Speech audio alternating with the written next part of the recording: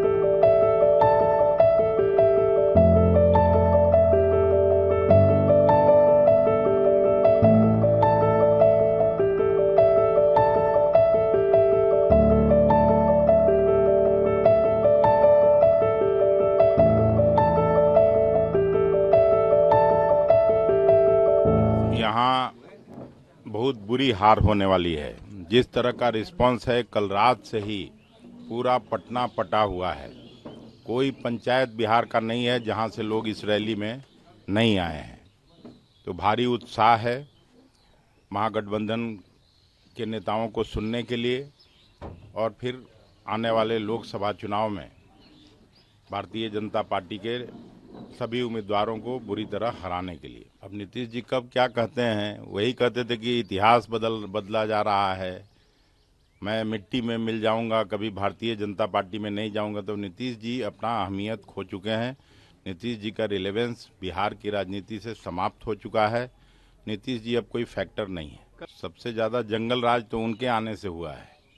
जिस तरह से सांप्रदायिकता की आग में इस देश को झोंका जा रहा है और केवल राम मंदिर और मस्जिद का झगड़ा करा के इस देश में कोई भी, हम लोग सभी राम के पुजारी हैं, लेकिन भारतीय जनता पार्टी की तरह राम के व्यापारी नहीं हैं। शानदार रैली। इसका असर ये है कि भारतीय जनता पार्टी में हड़कंप मचा हुआ है, हार जाएंगे वो लोग। अब उनकी बातों का ही कोई वैल्यू नहीं है, तो उस पर क्या हम विचार रखें। बात का कोई वैल्यू होना चाहिए ना, तो कुछ है नहीं। मोदी जी ने कल बिहार में आकर जंगल राज किया, झूठ की एक फहरिस्त का बयान किया होगा कि हम ये देंगे वो देंगे, तो झूठ की फहरिस्त 10 साल से देश की जनता और बिहार की जनता सुन रही है। कोई विश्वास नहीं करता मेरे भाई। कुछ जगह ही नहीं बचेगा, तो बारिश हो गई तो उसके बाद जो भी हो, लेकिन जगह नहीं बचेगा। आप भी आइए ना।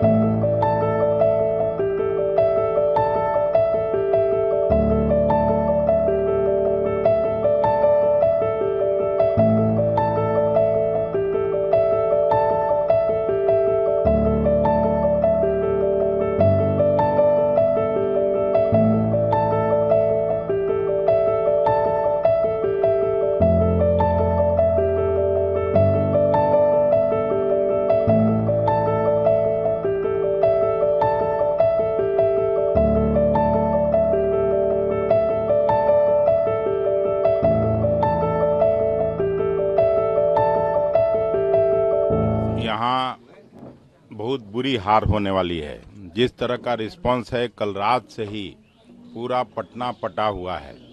कोई पंचायत बिहार का नहीं है जहां से लोग इस रैली में नहीं आए हैं। तो भारी उत्साह है महागठबंधन के नेताओं को सुनने के लिए और फिर आने वाले लोकसभा चुनाव में भारतीय जनता पार्टी के सभी उम्मीदवारों को बुरी तरह हराने के लिए। अब नीतीश जी कब क्या कहते हैं, वही कहते थे कि इतिहास बदला जा रहा है, मैं मिट्टी में मिल जाऊंगा, कभी भारतीय जनता पार्टी में नहीं जाऊंगा। तो नीतीश जी अपना अहमियत खो चुके हैं। नीतीश जी का रिलेवेंस बिहार की राजनीति से समाप्त हो चुका है।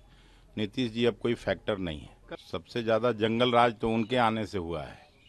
जिस तरह से सांप्रदायिकता की आग में इस देश को झोंका जा रहा है और केवल राम मंदिर और मस्जिद का झगड़ा करा के इस देश में कोई भी, हम लोग सभी राम के पुजारी हैं, लेकिन भारतीय जनता पार्टी की तरह राम के व्यापारी नहीं है। शानदार रैली। इसका असर ये है कि भारतीय जनता पार्टी में हड़कंप मचा हुआ है, हार जाएंगे वो लोग। अब उनकी बातों का ही कोई वैल्यू नहीं है, तो उस पर क्या हम विचार रखें। बात का कोई वैल्यू होना चाहिए ना, तो कुछ है नहीं। मोदी जी ने कल बिहार में आकर जंगल राज किया था। झूठ की एक फहरिस्त का बयान किया होगा कि हम ये देंगे वो देंगे, तो झूठ की फहरिस्त 10 साल से देश की जनता और बिहारी जनता सुन रही है। कोई विश्वास नहीं करता मेरे भाई। कुछ जगह ही नहीं बचेगा, तो बारिश हो गई तो उसके बाद जो भी हो, लेकिन जगह नहीं बचेगा। आप भी आइए ना।